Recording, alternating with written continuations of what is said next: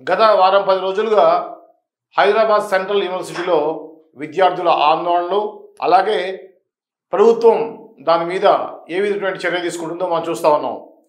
ఎంతోమంది విద్యార్థులను అరెస్ట్ చేయడం మనం చూసాం. ముఖ్యంగా మొన్న ఆదివారం రోజున హెచ్సియులో విద్యార్థులు ఎవరైతే ఉన్నారో వాళ్ళందరూ కూడా పెద్ద లెవెల్లో ఆందోళన చేశారు. ఆ రోజు పొక్లైనర్స్ పెట్టి చదువు చేసే కార్యక్రమాన్ని చేపట్టింది ఈ ప్రభుత్వం. ఈ క్రమంలో వాళ్ళు అడ్డుకున్నటువంటి విద్యార్థులను పోలీసులు అరెస్ట్ చేయడం, దాన్ని ప్రతిపక్షాలు ముఖ్యంగా బీఆర్ఎస్ అండ్ బీజేపీ తీవ్రంగా ఖండించడం జరిగింది.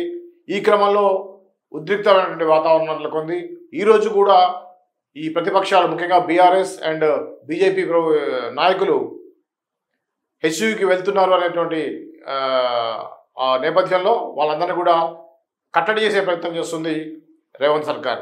చూద్దాం దీని మీద ఎలా ఉండబోతుందో. గచ్చిబౌలి భూములు మావే, సర్కార్ కాదు మావే హెచ్సియు. 534 ఎకరాలను 2004లోనే సర్కార్కు స్వాధీనం చేసిన వర్సిటీ బదులుగా గోపనపల్లిలో 397 ఎకరాలు హెచ్సియుకి ఇచ్చిన సర్కారు. అప్పట్లోనే ఐఎంజీకి న్యాయ వివాదాలు, ప్రభుత్వ భూములు లేనన్న సుప్రీం. తర్వాత ఆ భూములు టీజీఐఐసికి స్వాధీనం చేసుకోవాలని సూచన.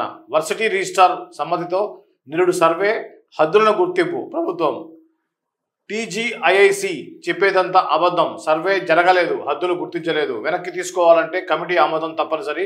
Varsity registrar.